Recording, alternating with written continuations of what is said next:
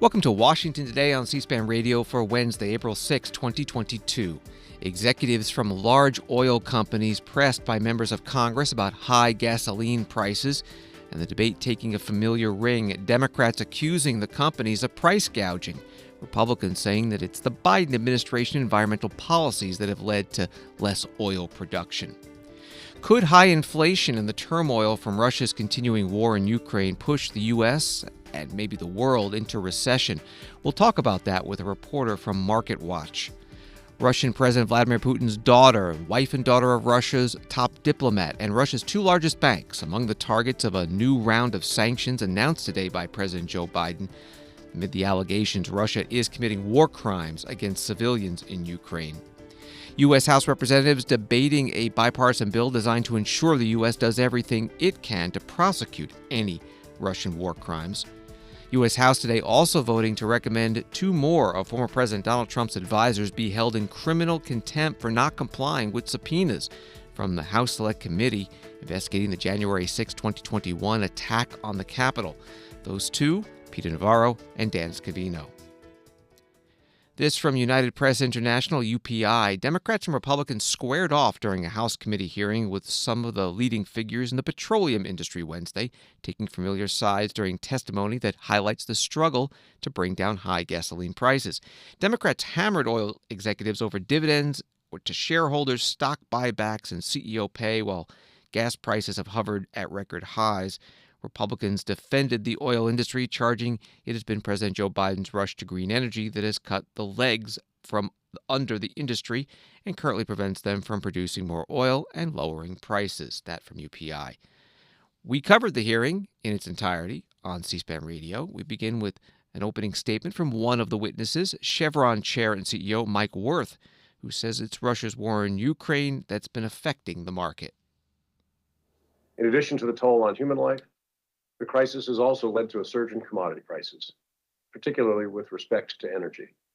It is affecting people around the world, including here in the United States. This has added to the tremendous pressures that our economy and citizens were already experiencing from a global pandemic. At Chevron, we understand the hardship that rising energy costs have posed for so many Americans, from higher prices at the pump to increased rates for natural gas, heating, and electricity. And as the global landscape continues to evolve, we're focused on doing our part to provide Americans with access to affordable, reliable, and ever cleaner energy. I also want to be very clear about where Chevron stands. We do not control the market price of crude oil or natural gas, nor of refined products like gasoline and diesel fuel. And we have no tolerance for price gouging. Mike Wirth is Chevron Chair and CEO, one of the witnesses before today's House Energy and Commerce Subcommittee on Oversight and Investigations hearing. The subcommittee chair is Diana DeGette, Democrat from Colorado. She asked why, if oil supply controls prices, when prices went up, when supply was low due to the COVID-19 pandemic lockdowns, prices have not gone down now that supply is back up. You're going to hear answers from Mike Wirth from Chevron, also BP America Chair David Lawler. So one of the things that has confused me, as I said in my opening statement, and it's making people mad, is why are gas prices still high even after crude oil prices came down? And this is the chart. I don't know if you can see it on Zoom, but you can see how when price per barrel of oil went down, the price per gallon of gas stayed the same. I don't get that. So I want to ask you, Mr. Lawler, BP operates a number of gas stations in the U.S. and internationally. So, Mr. Lawler, can you explain? People are saying, well, we don't own the gas stations, but actually BP does. Why is there such a disconnect between the drop in cost of crude oil and the much slower drop in the price of gas at the pump? Thank you, Congresswoman. So just as a point of clarity, BP has branded stations here in the United States of around 7,500 or so. And only about 10% of those stations do we operate. Okay, so maybe you can tell me Why is there a disconnect between the drop in cost of crude oil and the fact gas prices are staying the same? Yes, happy to do so. So as Very shared earlier. briefly, I have it is another a question. Go ahead. Okay, thank you. Yeah, it is a very complex set of factors that impact the price of gasoline. So for example, the price of oil that's entering a refinery could have been purchased at a higher price, and therefore that price then flows through all the way to the station. It's not necessarily an instantaneous market. There's also quite a reflection of supply risk. So we talked about just a moment ago that crude oil supplies are down. That actually applies to all refined products, whether that's jet, diesel, gasoline, and that supply risk is So you're impacting local saying that markets. the price at the pump may be higher because of jet fuel prices? Is that one of the factors you're saying? What I'm saying is that all refined products at this point carry a supply risk, Okay. which is part of the complex pricing equation that impacts prices at the pump. Okay. Can any of the rest of you, in the 41 seconds I have left, tell me if you have an idea why price per barrel of oil is falling, but price at the pump is still staying just as high? Anyone else? Congresswoman, I think President Biden did a pretty good job explaining this last week during his comments when he announced the intent to release oil from the strategic reserve. And he talked about the fact that across the supply chain, these prices flow. Oil and product prices are correlated over time. But at the retail level, the cost that a retailer has paid for fuel a week or 2 weeks prior and the cost that they may need to pay to resupply all factor into the competition, the pricing that you see at the pump. And so these things do correlate over the long term, but in the short term, they don't always move in tandem. Except for here, they did correlate. So the president was talking about the relief he's going to give to the American taxpayers and the American citizens at the pump. The SPRO is a short-term solution to that. Congresswoman Diana DeGette, Democrat from Colorado, chair of the subcommittee, Energy and Commerce Subcommittee on Oversight and Investigations, holding today's hearing. You heard answers from Mike Wirth of Chevron, David Lawler from BP America. President Biden did order release of 1 million barrels of oil per day from the Strategic Petroleum Reserve, or SPRO, for the next 6 months. Reuters writes that U.S. gas prices surged after Russia invaded Ukraine and Western countries slapped sanctions on Moscow's energy exports. Pump prices hit a record before inflation adjustments of $4.33 a gallon on March 11th, and since then have slipped about 4% to $4.17 a gallon on Wednesday, today, according to AAA. International crude prices have dropped far more steeply, from a peak of more than $139 a barrel in early March to $107 on Tuesday, fall of 23%. More from the hearing. The ranking Republican on the subcommittee is Morgan Griffith of West Virginia. He puts the blame for high gas prices on President Biden's policies. The president says he wants to make sure that we do not lower the cost of production. Is that going to make you produce more or less? Mr. Woods, more or less? I think the government has a role in encouraging investment and creating a positive investment climate. And when we create a negative climate, you produce less. Isn't that true? Yes or no? There tends to be a chilling effect with negative There you words. go. There you go. Mr. Wirth, you want to weigh in on this and give me a real answer? Yes or no? Is that hurting the production, or does that encourage you to produce when the president says in his budget document, not funding work that directly subsidizes fossil fuels, including work that lowers the cost of production, lowers the cost of consumption? That'd be the consumers that Mrs. DeGette's been complaining about having to pay these high prices, and they don't want to lower those prices. And when you hear statements like that, do you increase production? Yes or no? Congressman, mixed messages from the government do not encourage us to make investments with confidence in future supply. Well, and I appreciate you don't want to get stuck with answers, but the bottom line is that's not a mixed message. That's a clearly anti-fossil fuel message from the President of the United States at a time when he claims he wants increasing production. All right. President Biden recently has begun to stress short-term need to increase oil and natural gas output and expedite LNG, liquefied natural gas project development. But in his fiscal year 23 budget request, it focuses almost entirely on transitioning away from fossil fuels. It even proposes tax hikes on oil and gas production. The proposal alleges that oil, gas, and coal tax preferences distort markets by encouraging more investment in the fossil fuel sector than would occur under a neutral system. The provision also alleges that this market distortion is detrimental to long-term energy security and is inconsistent with the administration's policy of supporting a clean energy economy. Are those proposed tax hikes on the oil and gas industry an incentive to explore and develop more domestic production? What say you, Mr. Sheffield? Less production. Mr. Moncrief, more or less production? Less production. All right, thank you. Congressman Morgan Griffith, Republican, West Virginia, ranking member on the subcommittee holding today's hearing. You heard from Darren Woods, CEO of ExxonMobil, Mike Wirth, Chair and CEO of Chevron, Scott Sheffield, Pioneer Natural Resources, CEO, Richard Moncrief, Devon Energy Corporation, CEO, also there, the head of Shell, and H.R. McMaster, former National Security Advisor to President Trump. We covered the entire hearing, House Energy and Commerce Subcommittee, on C-SPAN Radio, and you can find the video archived at cspan.org. The Treasury Secretary Janet Yellen warning today that if Russia's war in Ukraine continues, it threatens enormous economic repercussions for the world. She testified before the House Financial Services Committee.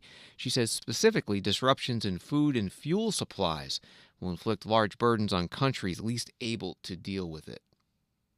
Spillovers from the crisis are heightening economic vulnerabilities in many countries that are already facing higher debt burdens and limited policy options as they recover from COVID-19. The IFEs will play a critical role in several areas. First, food security. Together, Russia and Ukraine account for nearly a third of the world's wheat exports. Russia's invasion disrupted the flow of food for millions of people around the world and caused prices to spike. The IFEs and food security funds are already working to address both the short-term and long-term effects of the invasion on global food prices and supplies. Second, energy security. The invasion of Ukraine has also underscored the need for sustainable, affordable, clean, and secure energy for economic growth and security for the United States, as well as for governments that partner with the IFEs. The MDB's promotion of energy efficiency and capital investment toward diverse energy sources like solar, wind, and other non-fossil fuel-based energy sources, and away from suppliers such as Russia, that strengthens energy security and reduces short-term fossil fuel price risks, all while addressing the long-term threat of climate change. Treasury Secretary Janet Yellen before the House Financial Services Committee in Washington. A headline at MarketWatch.com reads, "Here's the first Wall Street recession call of the new inflation era."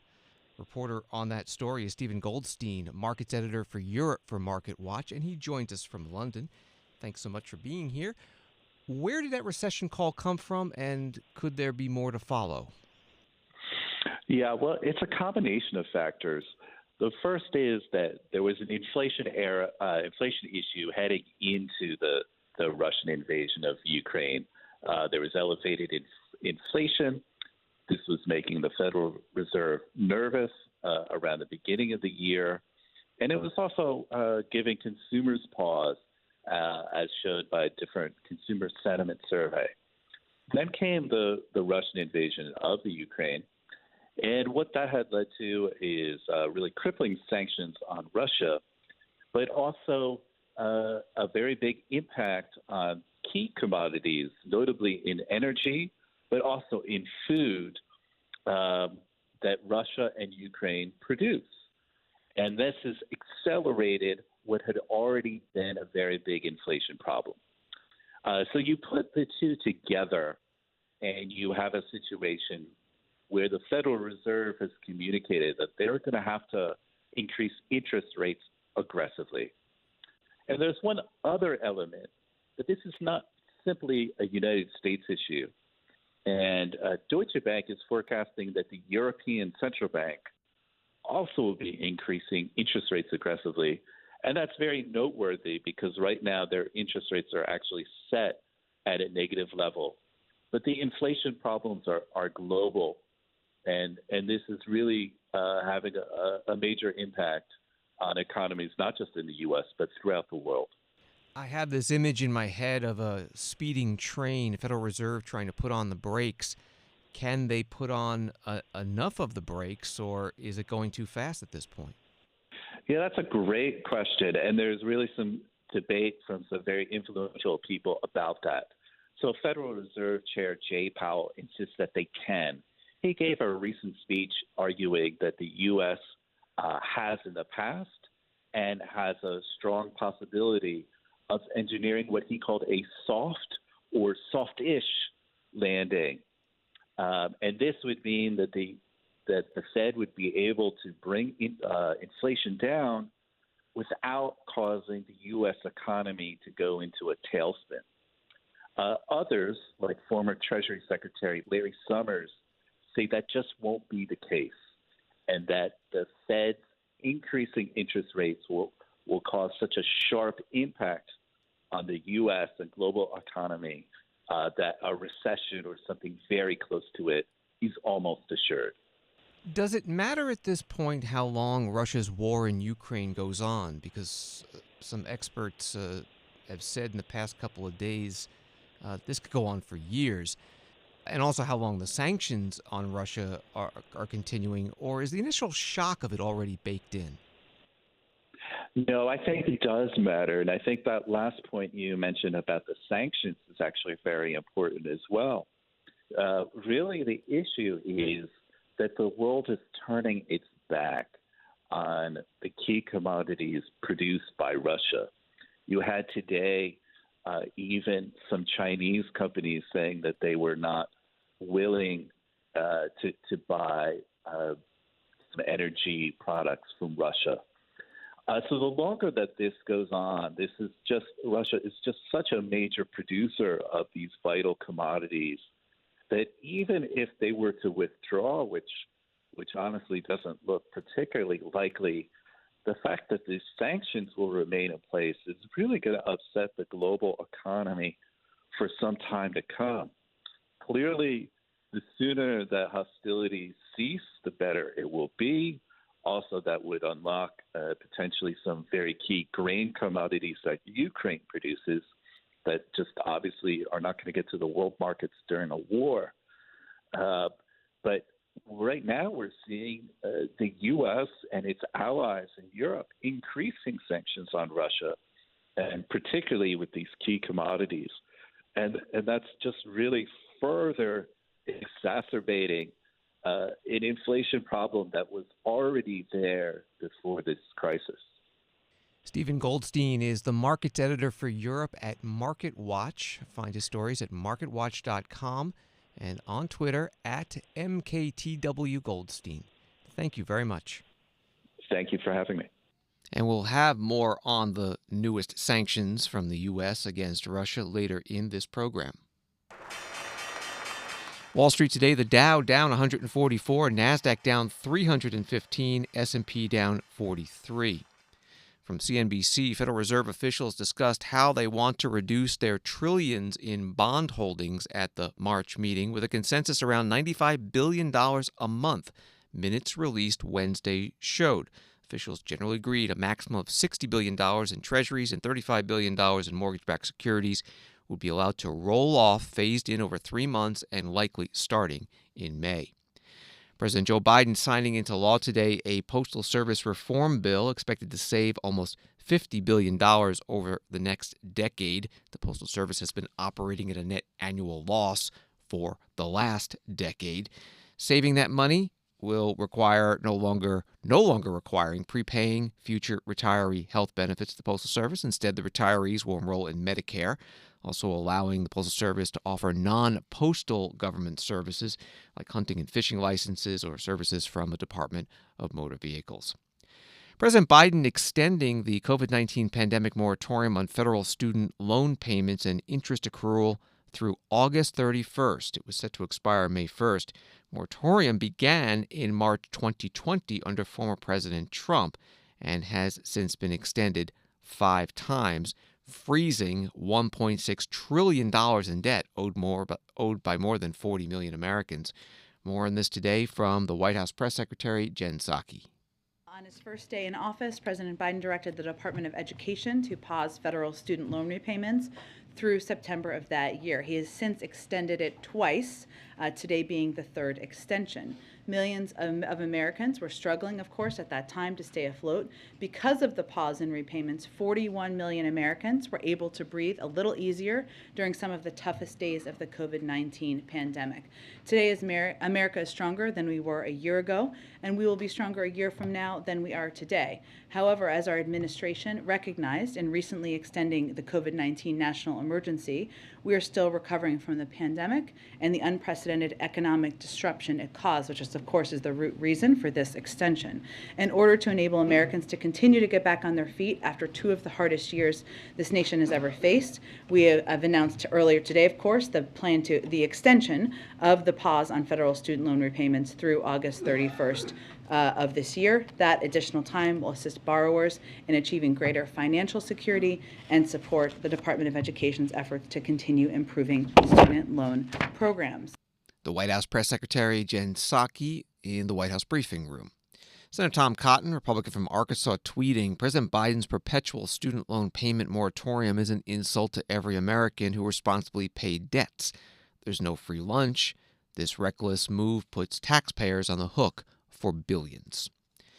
The U.S. Senate still on track for a confirmation vote for Supreme Court nominee Ketanji Brown Jackson by Friday.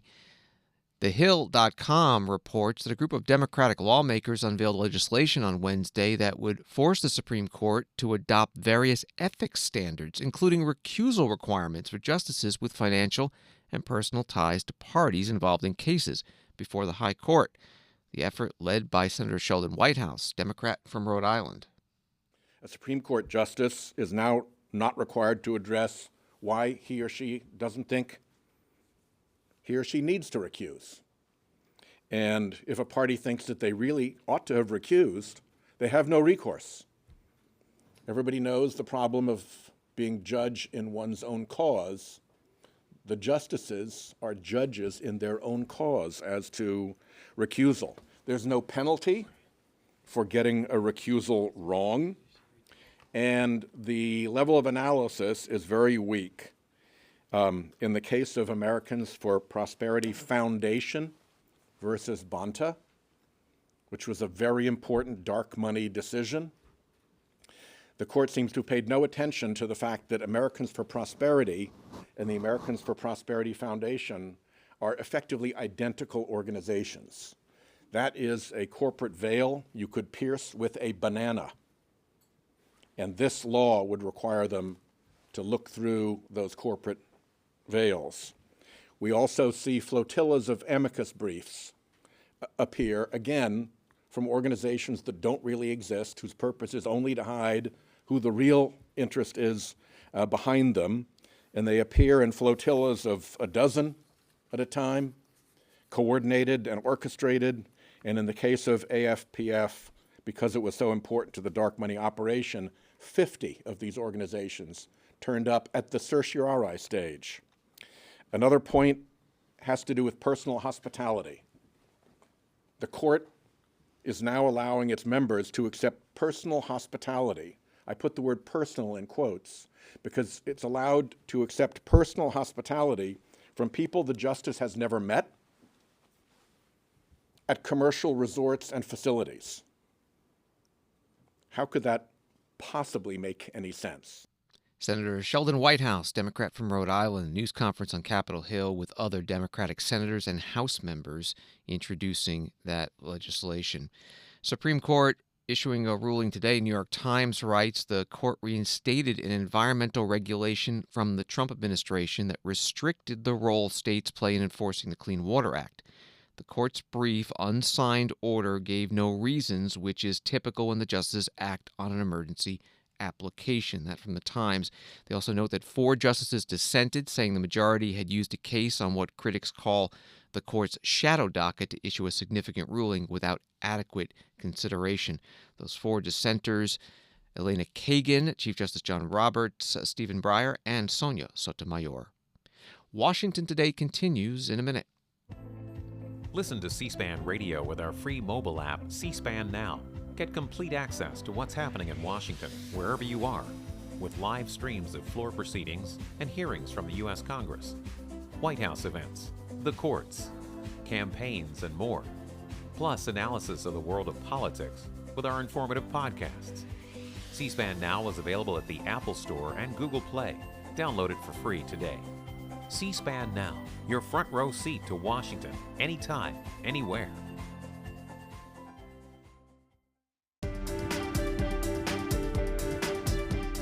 Welcome back to Washington Today, which you can get as a podcast on the free C-SPAN Now mobile video app and wherever you get your podcasts.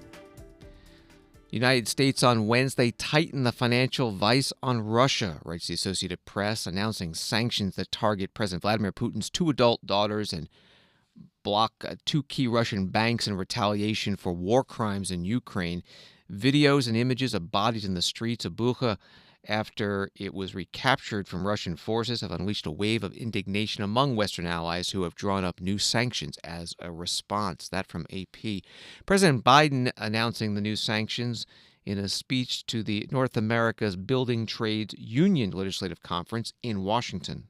First, the United States will impose full blocking sanctions on Sberbank, by far the largest financial institution in Russia, and Alfa Bank, its largest private bank. We're locking down any accounts, any funds that those banks hold in the United States. They'll not be able to touch any of their money. They'll not be able to do any business here. And second, I'm going to sign an executive order that's going to ban any new U.S. investment in Russia. More than 600 private sector companies.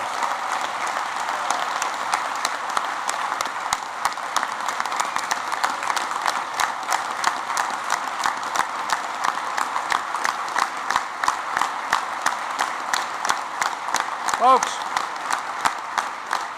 corporate America is stepping up and change. From McDonald's to Exxon, they've left the Russian market on their own accord, 600 of them. Think about that. The private businesses choosing to leave Russia rather than the risk being associated with Putin's brutal war. And this ban on investment is going to make sure that new money can't come into Russia to replace what's left so that Russian economy doesn't feel the loss and the loss of these businesses for the long term. Third, we're adding more critical state-owned enterprises to the list of fully blocked Russian companies. These companies are major revenue generators owned by Russia and the government, which Putin uses to fund himself and enable his war in Ukraine. They'll also be cut off from doing any business with the United States. They'll not be able to access or use any assets they have in the United States. And fourth, we, along with our European allies, are adding the names of the list of Russian elites and their families that we're sanctioning. You see these yachts where they're being picked up? No, think about it. Think about the incredible amounts of money these oligarchs have stolen. These yachts are millions and millions of dollars. Look, these oligarchs and their family members are not allowed to hold on to their wealth in Europe and the United States and keep these yachts worth hundreds of millions of dollars, their luxury vacation homes, while children in Ukraine are being killed, displaced from their homes every single day. And finally, we're continuing to supply Ukraine with the weapons, resources they need to defend their country. Last Friday,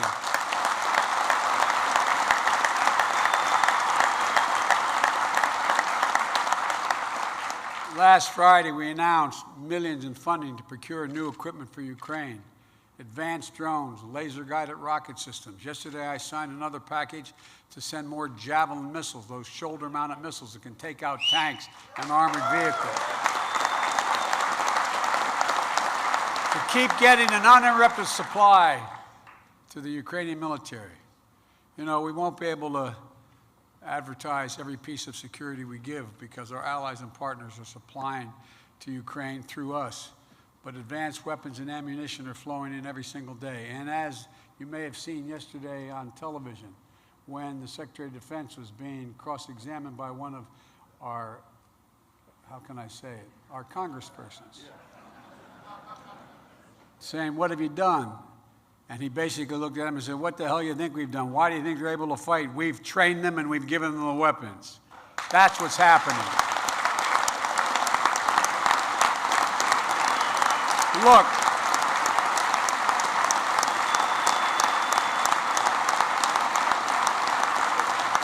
thanks to the bravery, the grit, and the fighting spirit of the Ukrainian people, Russia has already failed in its initial war aims.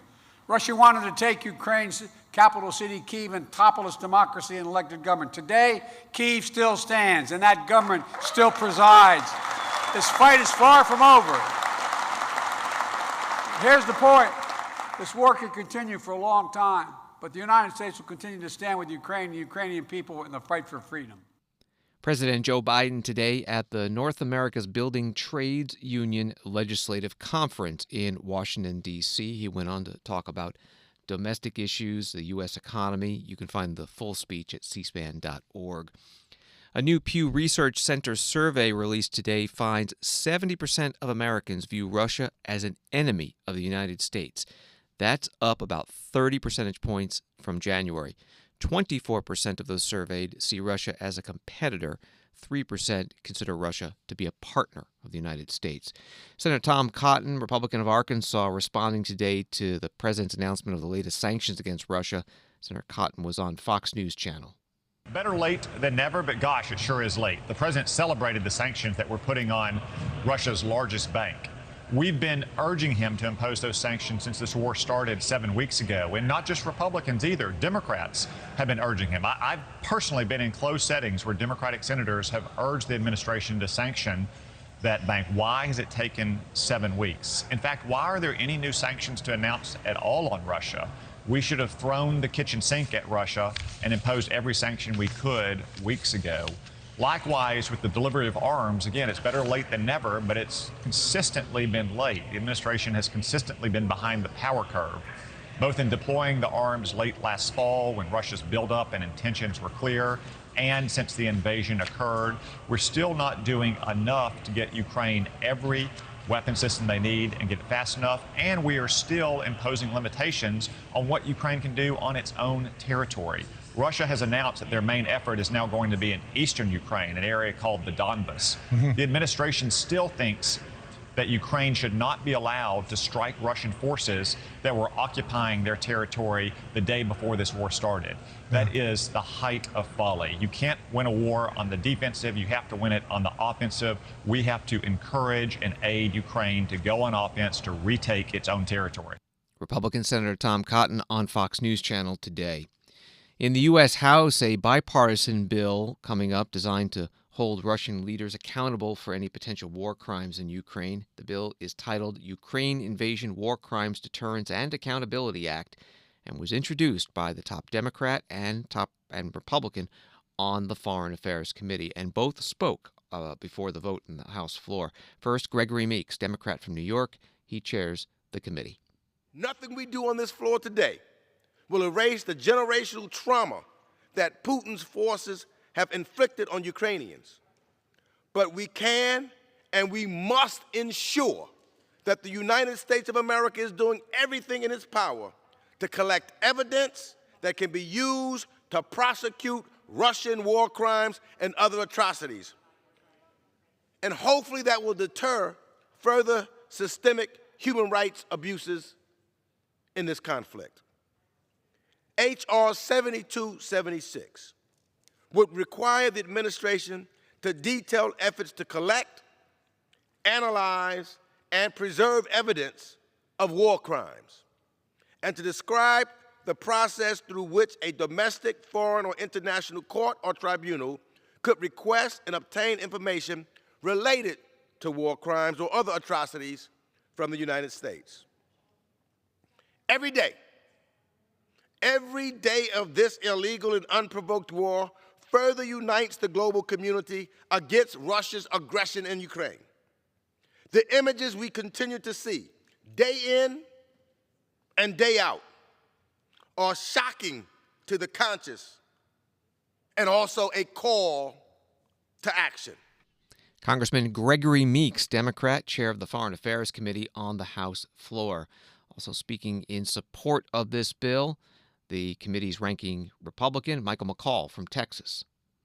It will ensure the United States helps the people of Ukraine gather, analyze, and maintain the evidence of these war crimes. It will also put Russian troops, I think troops is probably not the right word, these Russian monsters, and their leaders on notice that the world is watching. The world is watching them right now. And we're taking names.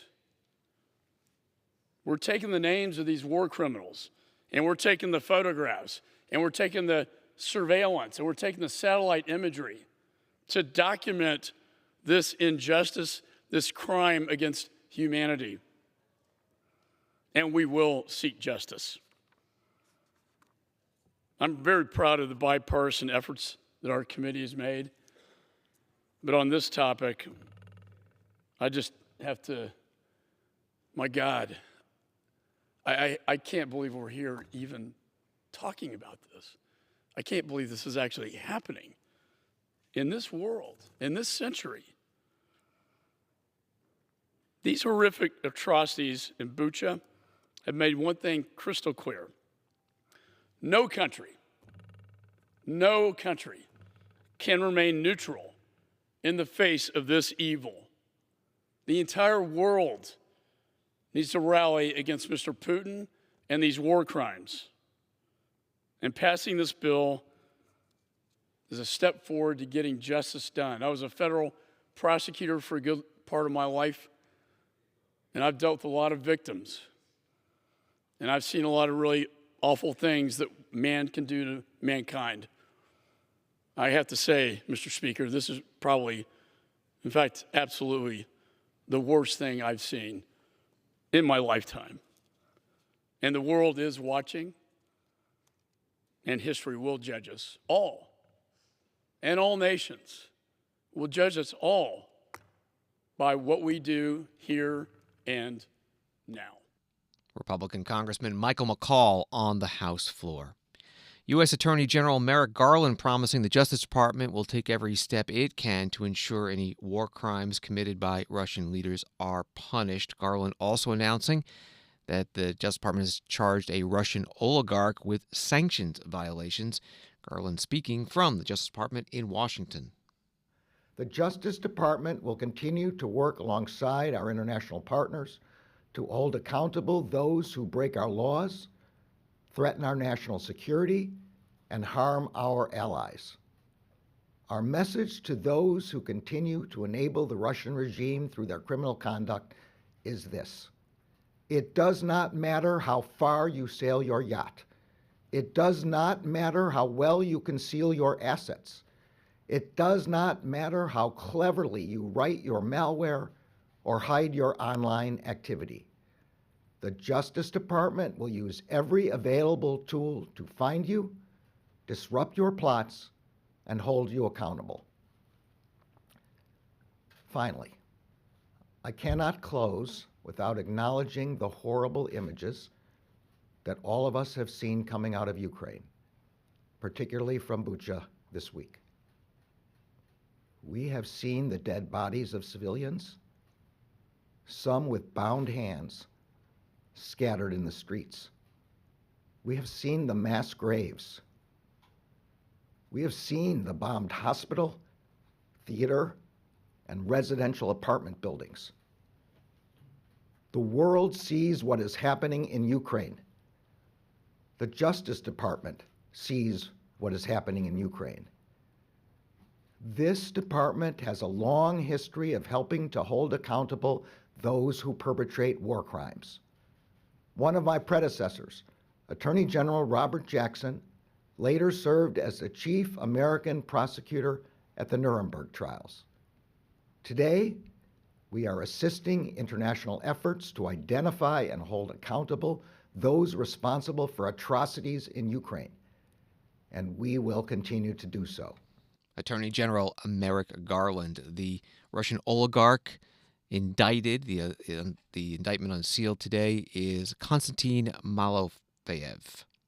Garland joined at the Justice Department by FBI Director Christopher Wray, who gave some more detail about another announcement today, the dismantling of a cybercrime operation controlled by a Russian military intelligence agency. Today, we're announcing a sophisticated, court-authorized operation disrupting a botnet of thousands of devices controlled by the Russian government before it could do any harm. We removed malware from devices used by thousands of mostly small businesses for network security all over the world, and then we shut the door the Russians had used to get into them. Yesterday's darknet takedown struck a blow against Russian criminals and the ecosystem of cryptocurrency tumblers, money launderers, malware purveyors, and others supporting them. The botnet disruption we're announcing today strikes a blow against Russian intelligence, the Russian government. The bot network we disrupted was built by the GRU, the Russian government's military intelligence agency, and in particular, it was the unit in the GRU known to security researchers as Sandworm Team. This GRU team, Sandworm, had implanted a specific type of malware known as Cyclops Blink on thousands of WatchGuard Technologies Firebox devices. These are security appliances, mainly firewalls, that are typically deployed in home office environments and in small to mid-sized businesses. Sandworm strung them together to use their computing power in a way that would obfuscate who was really running the network, to let them then launch malware or to orchestrate distributed denial of service attacks like the GRU has already used to attack Ukraine. FBI Director Christopher Wray, along with the Attorney General and other officials at the Justice Department. The Pittsburgh Post-Gazette reporting that this global botnet disruption included several businesses in the Pittsburgh region, and that the unit in Russia known as the GRU had previously been involved in cyber attacks on the 2018 Olympics in South Korea, the Ukrainian electrical grid, and other targets, and some members have been prosecuted in Pittsburgh, with the FBI has one of the nation's top cyber squads. That from the Post-Gazette. This is Washington Today. U.S. House of Representatives taking up a recommendation that two former advisors to former President Donald Trump be referred to the Justice Department on criminal contempt of Congress charges. They are former Deputy Chief of Staff Diane Scavino, former Trade Advisor Peter Navarro, for their refusal to cooperate with the House Select Committee investigating the January 6, 2021 attack on the U.S. Capitol. Congressman Jamie Raskin, Democrat from Maryland, is a member of the Select Committee. He spoke on the House floor. Two guys in the District of Columbia blowing off a congressional investigation and subpoenas into a deadly insurrection which caused multiple deaths, inflicted brutal, savage injuries on 150 of our officers who ended up with broken jaws, necks, vertebrae, noses, traumatic brain injuries, post-traumatic stress syndrome, and interrupted Congress from executing its constitutional duties by counting electoral college votes for the very first time in American history. Oh yes, and it nearly succeeded in overthrowing the 2020 presidential election and toppling the peaceful transfer of power, perhaps for all time, as United States District Court Judge Carter wrote in a blistering opinion last week, rejecting the exact same and equally ridiculous claims of John Eastman, who helped cook up the absurd legal camouflage for this attempted coup in the first place against the American constitutional system of government. Congressman Jamie Raskin, Democrat from Maryland, on the House floor, opposing the criminal contempt recommendation resolutions. Congressman Kevin McCarthy, Republican from California, the House Minority Leader. The riot on January 6th was wrong. Any violence on that day should be punished, as I've said before. But make no mistake, the Democrats' response is also wrong.